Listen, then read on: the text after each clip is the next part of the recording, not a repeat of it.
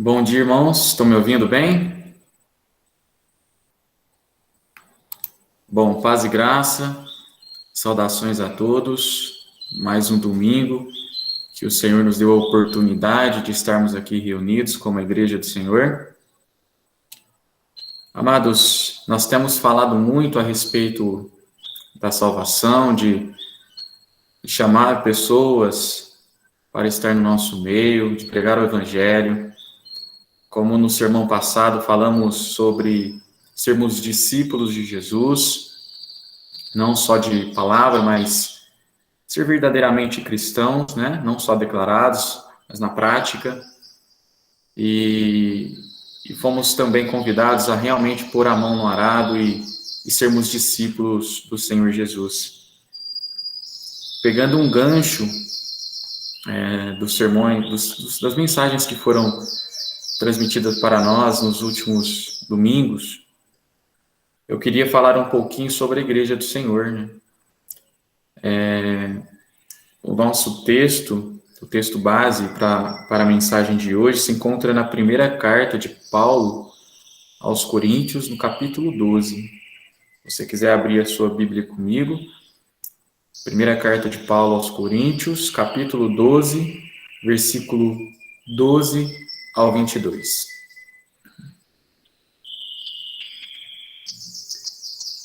A palavra de Deus nos diz assim: porque assim como o corpo é um e tem muitos membros, e todos os membros, sendo muitos, constituem um só corpo, assim também com respeito a Cristo.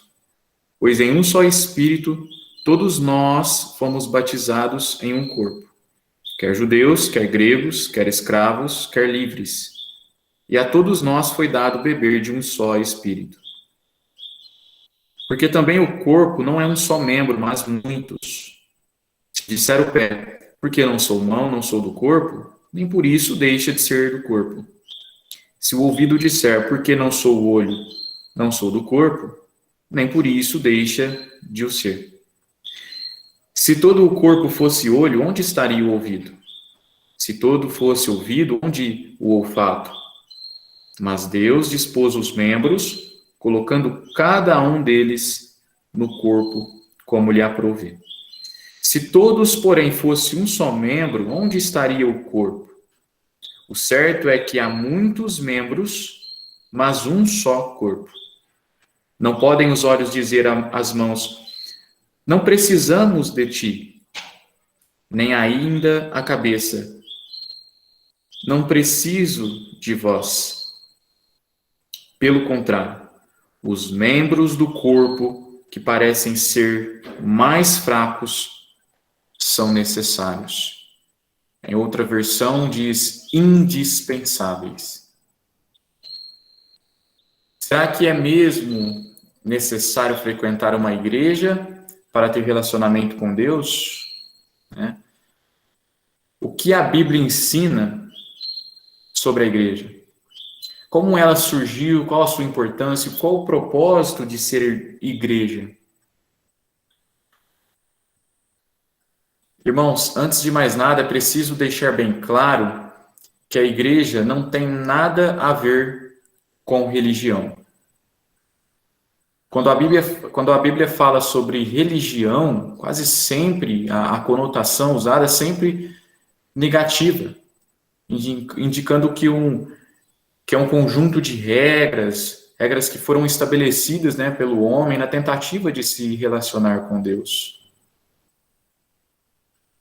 Já quando a Bíblia fala da igreja, a Bíblia fala de pessoas que já desfrutam de comunhão com Deus. O seu sentido mais usual, irmãos, é referir-se àquelas pessoas que Deus chamou para se separarem do pecado, para viverem uma vida nova em Jesus Cristo. O principal sentido da palavra igreja se refere à igreja no sentido espiritual, composta por todas as pessoas que entregaram sua vida a Jesus Cristo. E este texto que lemos, ele já nos exemplifica muito bem com essa analogia. Eu poderia até mesmo já encerrar o sermão por aqui, pois a Bíblia é clara em nos explicar e nos revelar as coisas do Senhor de maneira em que nós podemos compreender, entender e logo colocar em prática e viver aquilo que nos foi ensinado. Independente, irmãos, de onde uma pessoa estiver fisicamente, seja os irmãos lá no templo, seja nós reunidos aqui por meio da internet, você aí no seu sofá ou numa mesa, onde você estiver fisicamente, se a igreja do Senhor, se essa pessoa, ela está em Cristo, ela tem a salvação e já faz parte do corpo que é a igreja. 2 Coríntios nos ensina muito bem isso. A igreja é a noiva que Jesus Cristo vem buscar. 2 Coríntios 11, capítulo 11, versículo 2, nos diz: o zelo que tenho por vocês é um zelo que vem de Deus. Eu os prometi a um único marido, Cristo, querendo apresentá-los a Ele como uma virgem pura. A Bíblia ensina, irmãos, que a igreja é como uma construção, onde nós somos as pedras. Pedro nos diz isso. E Jesus é ao mesmo tempo o construtor, o alicerce e a pedra angular. Jesus Cristo é o fundamento da igreja. A Bíblia também diz que a igreja é o corpo de Cristo, onde Jesus é a cabeça e nós, individualmente, somos os membros desse corpo. Colossenses 1, 18 nos diz: ele é a cabeça do corpo, que é a igreja. É o princípio primogênito dentre os mortos, para que em tudo tenha supremacia.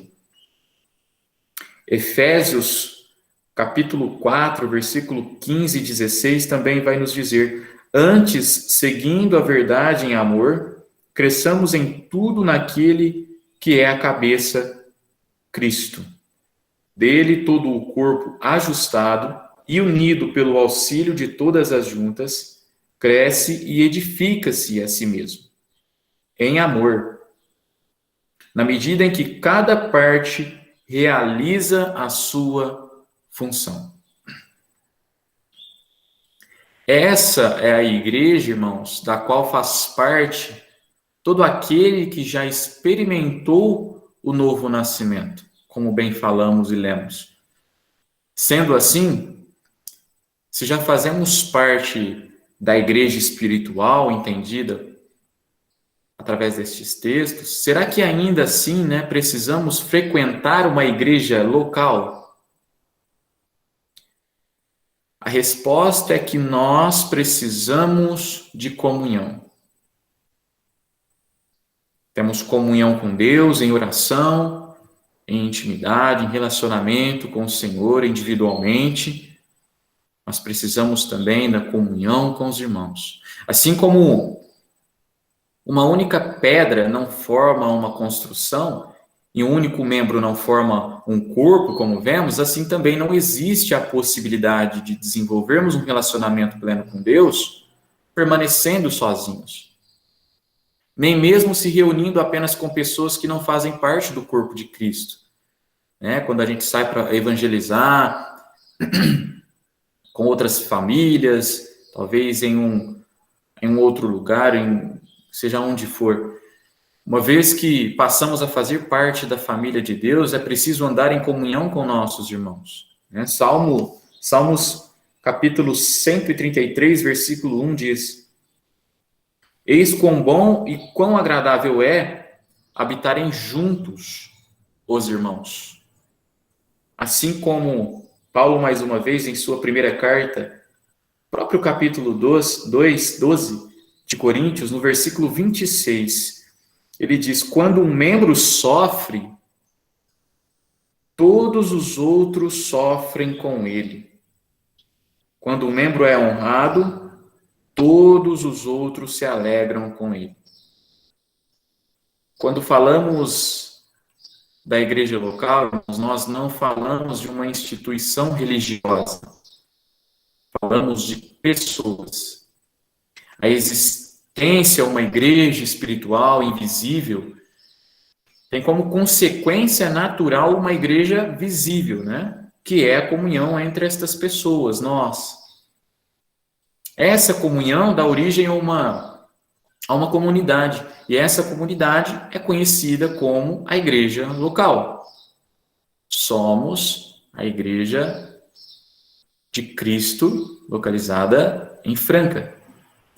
A grande maioria das cartas escritas por Paulo no Novo Testamento foram direcionadas às igrejas locais da época. Paulo escreveu a igreja de Corinto, como o próprio texto que lemos, Éfeso, Filipos, Tessalônica, entre outras igrejas, a qual Paulo direcionou suas cartas. Daí então surge uma nova pergunta. Mas e quanto à salvação? Para ser salvo é preciso frequentar uma igreja?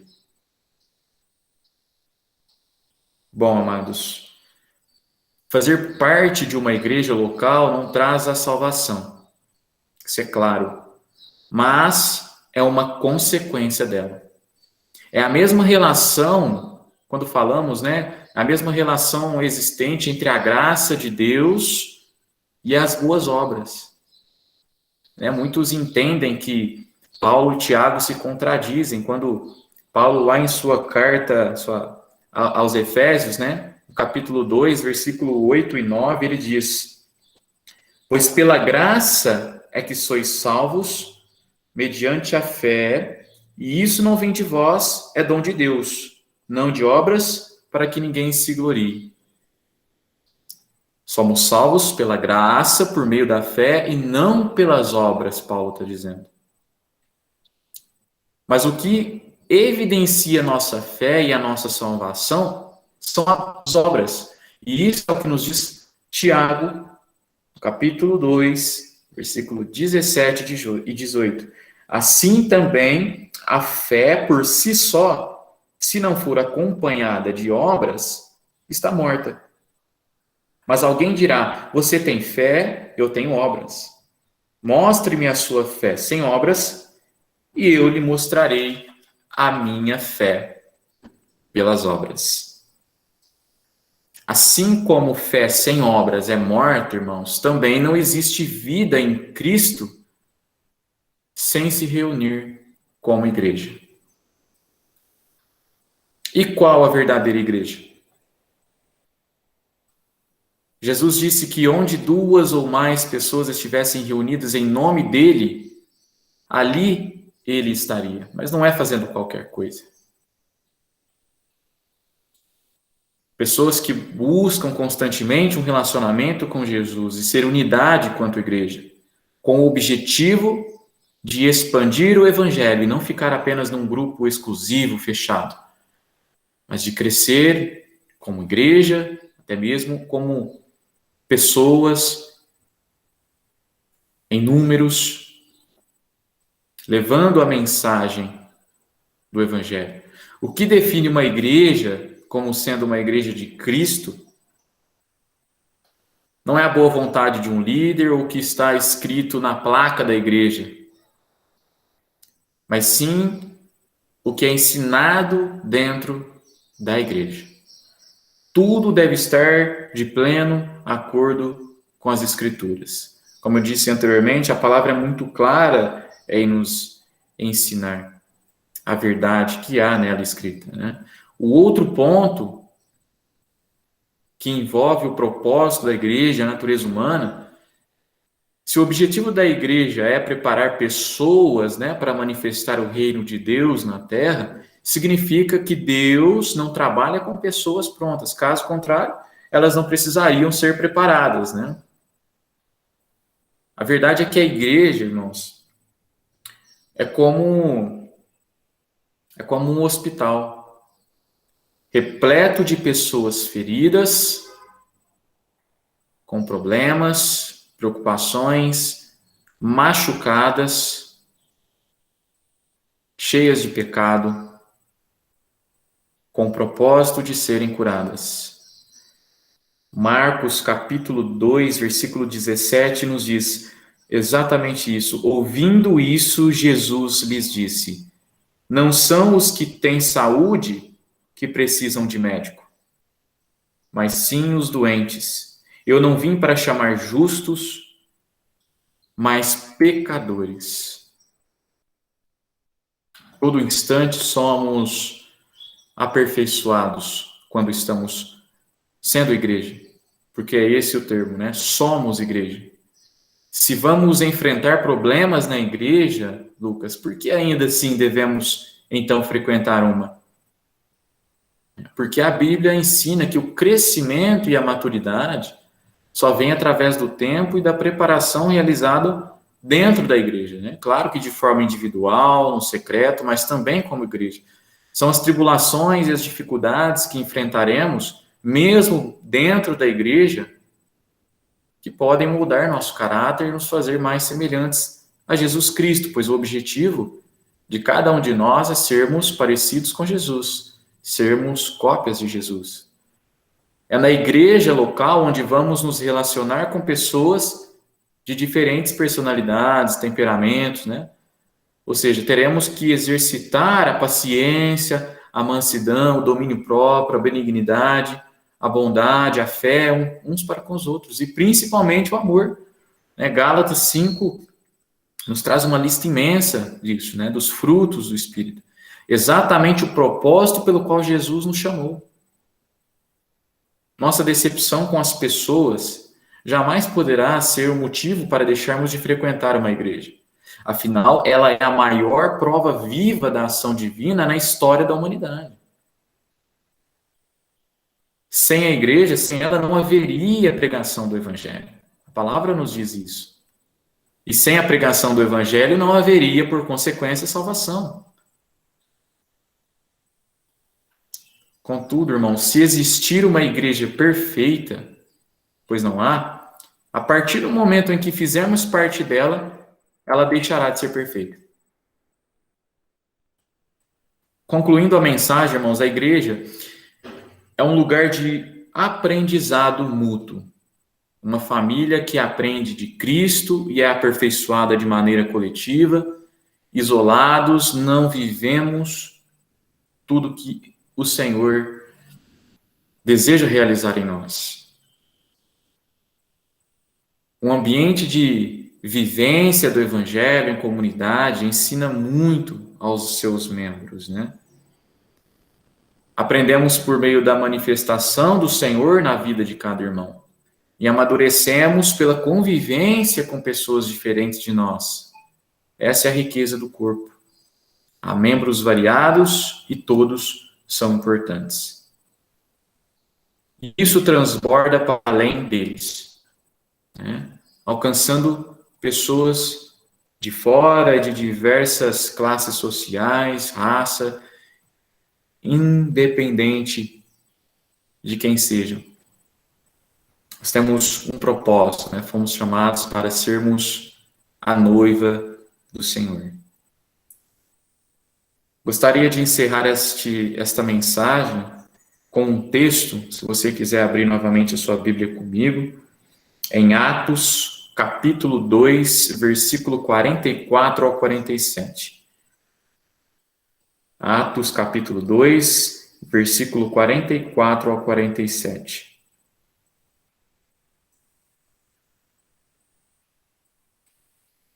Aqui, Lucas, na verdade, em todos os capítulos de Atos, Lucas vai nos trazer bastante ensinamentos da igreja do primeiro século, né?